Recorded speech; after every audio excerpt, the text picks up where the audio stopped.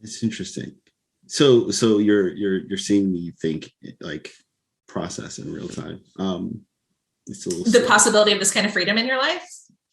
Well, there's Do you that. feel better or worse right now? No, I feel great. I feel great. I'm one that like loves perspective. So like I'm fascinated by the way people like just view things and process things, because I think that hearing the answer to that question, I actually think that we're not so different Sure. in how we process. Totally. I think we were using different words, and I think that there's kind of power in the difference of the words that we're using. What you described in my mind is, okay, you've laid out your core values and the principles of what you want. Yep. Versus the things you want. And I think that there's a power in saying that it's different from saying I want to have a private jet in 2020, in 2040. I want to be able to travel whenever I want and comfortably. Those are two very different things. Sure. Right. But yep. One can serve the other, but they're two very different things. And I think that is, as I think about it, like that is very much kind of how I process or how I think through things. I think what does your Tuesday look like makes it a little bit more tangible. Sure. And it's interesting. It's a kind of just an interesting kind of a new way for me to think about it, which I really like. I appreciate that. Yeah. And like I said, it has evolved so much for me. Like even the things in the business that I touch now versus the things in the business that I always thought that I would touch. Like I literally like the how, I don't care. Like how do we onboard clients? Don't care. Yeah. Right? Like what technology do we use to do don't care. Right? Like I have priorities, what's important to me in the business. I wear the hat that I wear in the business and that's it. But that has really very much been an evolution.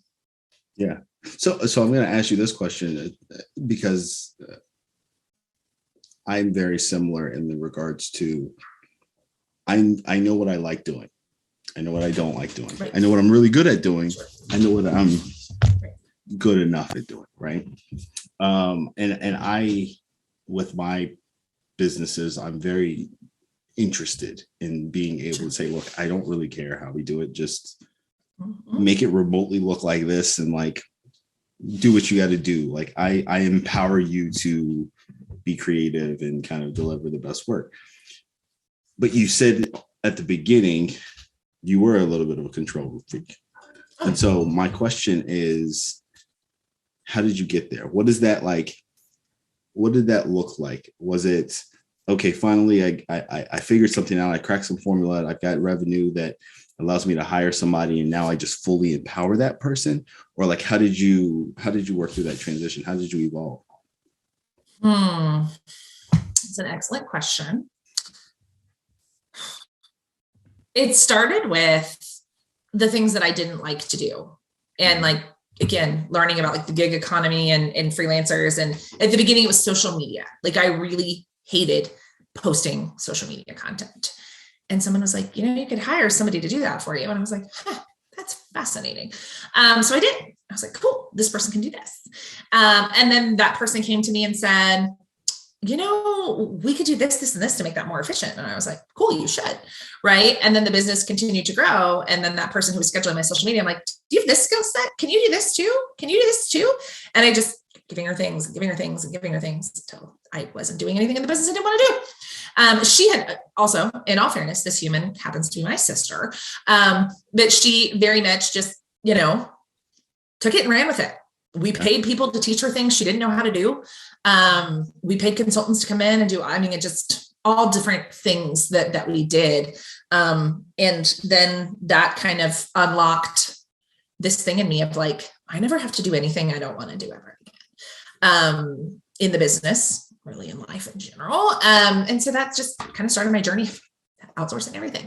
The biggest thing in the business, again, I give my people parameters. I have a team that I really trust. Everyone that works for me, my sister works for me. My marketing manager, we worked together in a previous life, and my program director was a client before she worked for me. So I haven't hired a ton of strangers, and I've been very blessed to do so.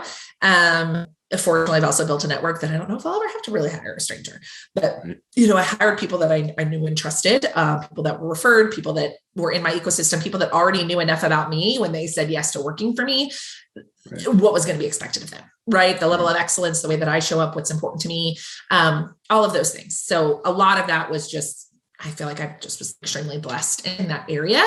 But I also learned in outsourcing things that if it can't be attached to how it gets done.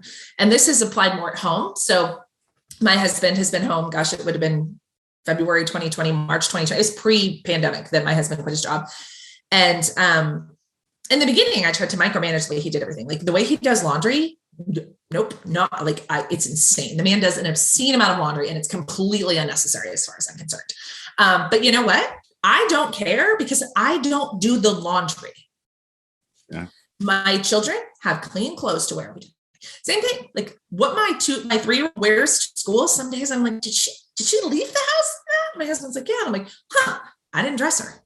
Right. Like, so it's just, I had to pick the battles. He does all the grocery shopping. It's the most inefficient thing on the planet. The way he goes to like 3 different stores and all the other stuff. Don't care. The groceries are in the house, right? Like I had to not be attached to how it got done as long as it got done, and be okay with it not being done the way that I do it. So there are things in my business that are not done the way that I would do them, but if I don't have to do them and they get done, I don't care. As my company grows, right now we're a pretty small team. I'm sure that I'm going to have to pay somebody else to make sure that we operate efficiently. And that idea of like, there's more than one way to skin a cat, to use a bad analogy, right? But there's more than one way to get it done. And as long as it's done and it gets done well, I don't care. But really then you can't just say you don't care and then micromanage the project. Like you have to legitimately not care. It took me a long time to get there. But yeah, there's questions I just don't ask. And again, I'm aware that as we grow, I will have to have more efficiency and more consistency and more of those things. And I am so thankful that there are people on this planet whose brains care about those things. It's not mine. I like it. Yeah, I definitely, these are all words of advice and words of wisdom for me, because like you said, like in a corporate environment, what you just described, I'm great at. Nope. Yeah, I don't care. Yeah. Like you do this. Mm-hmm. I think when you're signing the check, so to say, or I guess in this world, clicking the PayPal button, right? Efficiency becomes like kicks in. And so yeah, it's an evolution. It's definitely something I'm working through myself. But also learn that I pay people for results and not time.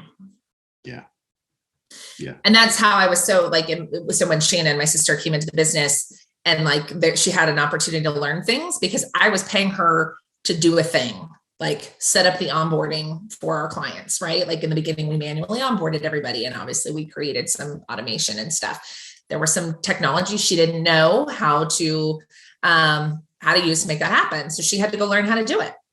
Yeah. I wasn't paying her hourly to set up the onboarding. I paid her to get the job done. X amount to get the job done.